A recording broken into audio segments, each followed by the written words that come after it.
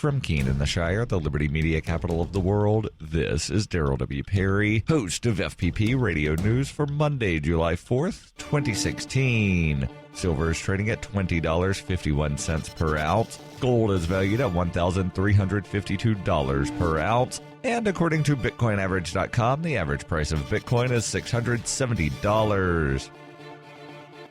Antiwar.com reports the rebel-held town of J-Rud has mostly stayed out of the Syrian civil war until the past few days, having a truce with the army that has made it a popular magnet for refugees around the region. That appears to have come to an end with the killing of a Syrian pilot in the area. The pilot parachuted out near J-Rud and was executed on the ground, reportedly by Al-Qaeda's Nusra Front. The Syrian military had subsequently hit the town hard, killing 31 people, including 2 medics and a large number of civilians. The rebels are describing the attacks as revenge for the pilot's execution, though they insist that the execution had nothing to do with the town itself. The Syrian military did not comment directly on the attack, but had vowed that the pilot's killing would not go unpunished. Essentially a suburb of Damascus, J-Rud is one of several local truces that have been struck over the course of a multi-year civil war in Syria, though as this weekend has proven, those truces are often very tenuous and it doesn't take much to return the area to a state of open warfare.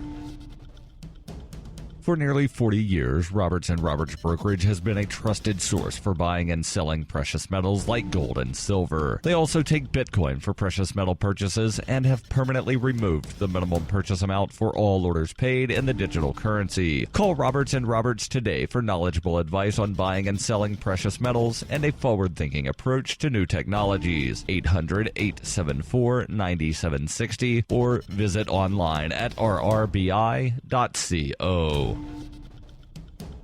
UPI reports with California's new vaccination law now in effect, some parents are opting to homeschool while others are moving out of the state. The new law eliminates most vaccination exemptions for school children in an effort to protect everyone from communicable disease outbreaks. Other parents trying to avoid the new laws filed exemption paperwork before January 1st to give them the leverage to vaccinate their children at their own pace. California Senate Bill 277, which sparked some of the most contentious debates in years, ended with a win for those who favor forced vaccinations. Still, tens of thousands of Californians remain adamantly opposed to the mandate. Kristen Kinney of San Jose said she's checking out real estate in Idaho. An East Bay area mother said she's considering finding an underground network of doctors willing to give her a medical exemption for her 3.5-year-old son. Liv Selly said, "It's really thrown me for a loop. I just don't want someone telling me what I have to do with my child, putting things into my child's body." An outbreak of measles last year in Marin County, home of one of the highest concentrations of unvaccinated children, convinced the county to ban the personal belief exemption. Now all children entering daycare, kindergarten, or 7th grade are required to show proof of vaccinations.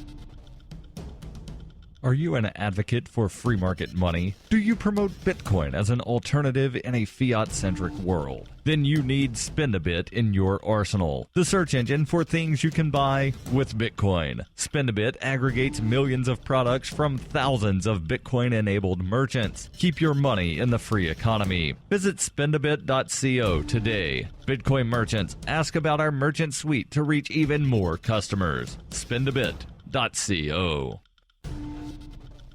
Reuters reports a 19-year-old tourist in Manhattan's Central Park suffered a severe foot wound on Sunday after an apparent homemade firework exploded when he jumped off a rock and stepped onto the device. Investigators said the object was likely fabricated by an amateur firework enthusiast for the thrill of creating a loud noise and flash. At least one bystander in the park told CNN the blast sounded like a cannon. The man was taken to Bellevue Hospital, where police said he was undergoing surgery and was listed in serious but stable condition. His 2 companions, aged 18 and 20, were not injured. The late morning explosion occurred when all 3 men jumped off a rock and the victim landed on top of the object, which had been stashed near the boulder out of the way of normal foot traffic. Lieutenant Mark Torrey, commander of the police bomb squad, said there was nothing to indicate that the device was put in this area with a specific intent to harm any individual, and that evidence showed it was not meant to be detonated by someone stepping on it. He said the device, which was believed to have been in the park for at least a day, may have not gone off at an earlier time and was just left there. The 778-acre park in the heart of Manhattan is a major draw for tourists visiting New York City. The park remained open to visitors following the blast.